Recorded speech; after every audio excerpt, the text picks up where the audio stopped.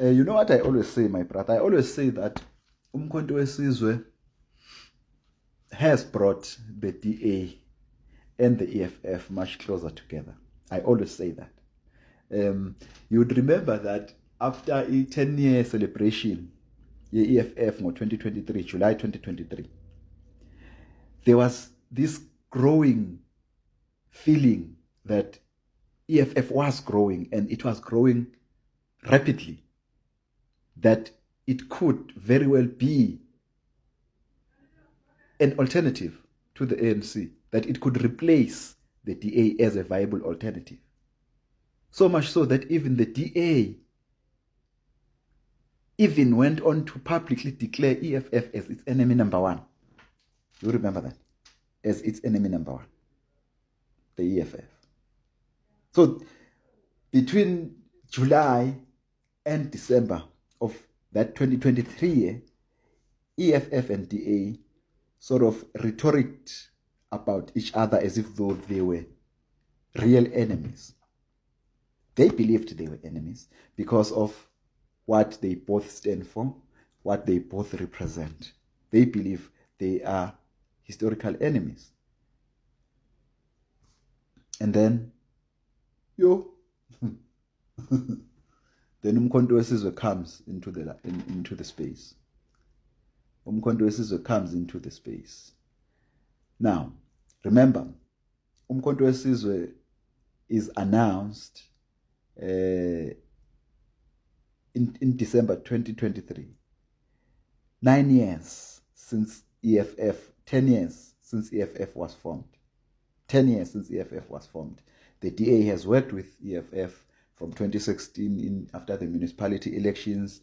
2019 they worked with the EFF. In the 2017, 2018, let's say from just roundabout before the Fees Must Fall movement, EFF and DA started to collude to push Zuma, to campaign Jacob Zuma as the state president.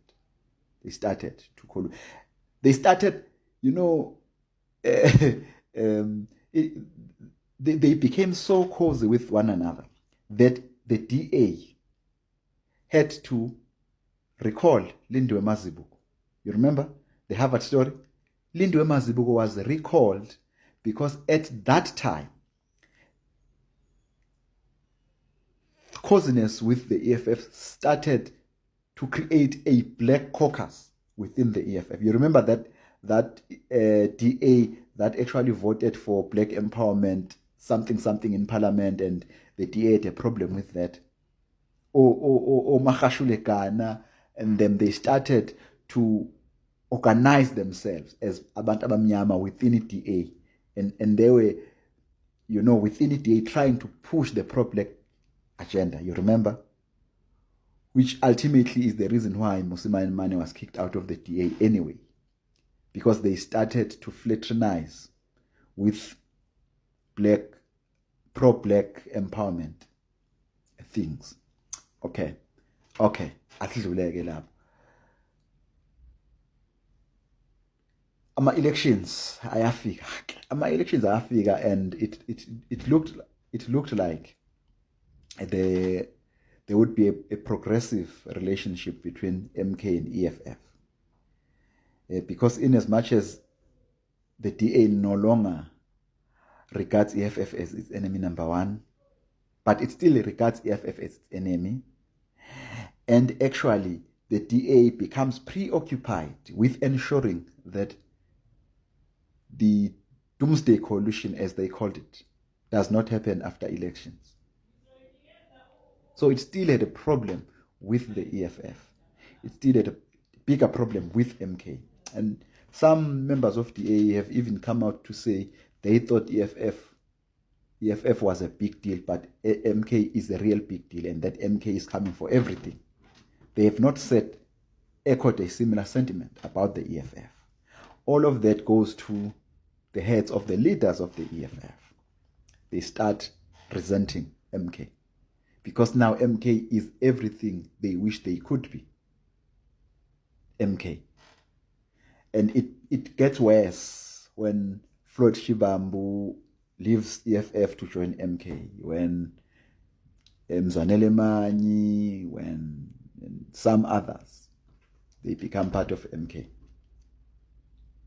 It grows into their heads, leading them to eventually declare MK as EFF enemy number one. MK as EFF enemy number one. So MK is now the DA's enemy number one. MK is also the EFF enemy number one. Hence, my assertion that MK must be credited for bringing DA and EFF much closer. These are strange bedfellows, but they are bedding. They are bedding. They are bedding. Now, this is the dilemma of the EFF.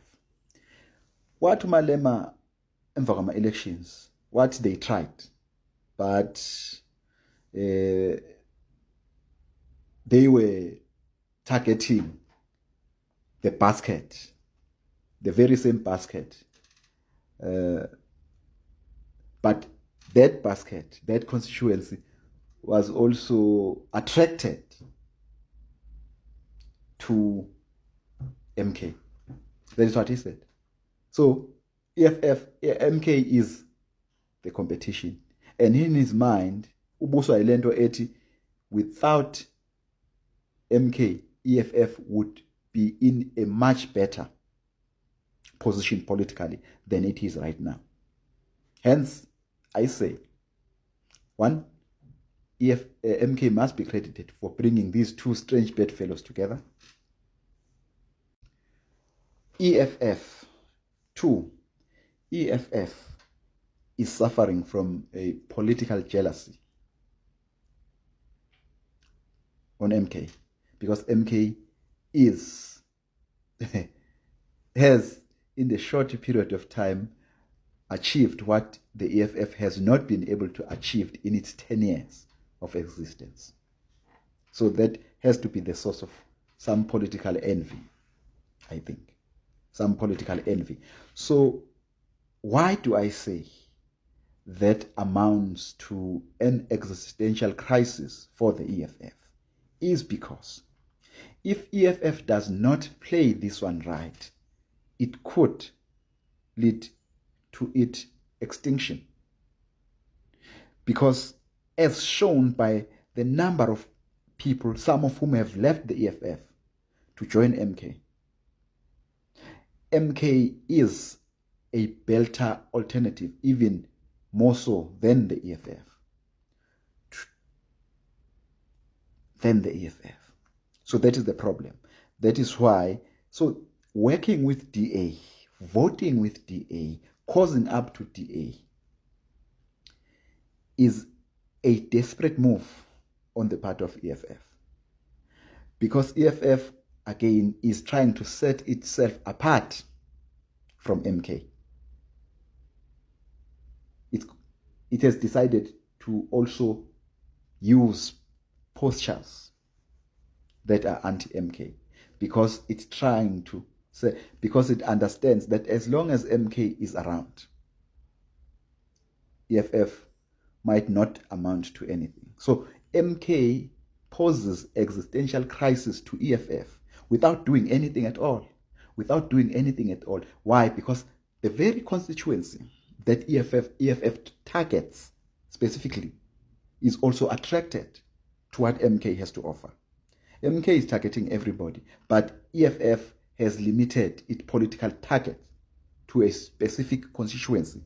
But unfortunately, a big bulk of that constituency is attracted to what MK is selling. And that is why MK poses existential threat to MK and to EFF. And EFF, to pave that, it would even cause up to the likes of its DA, which is supposed to be its historical enemy, causes up to it, because DA is the enemy of MK, and EFF has declared MK as its enemy, so it's the enemy of my enemy. I don't think EFF is DA undercover. I also don't think that EFF also sides with DA.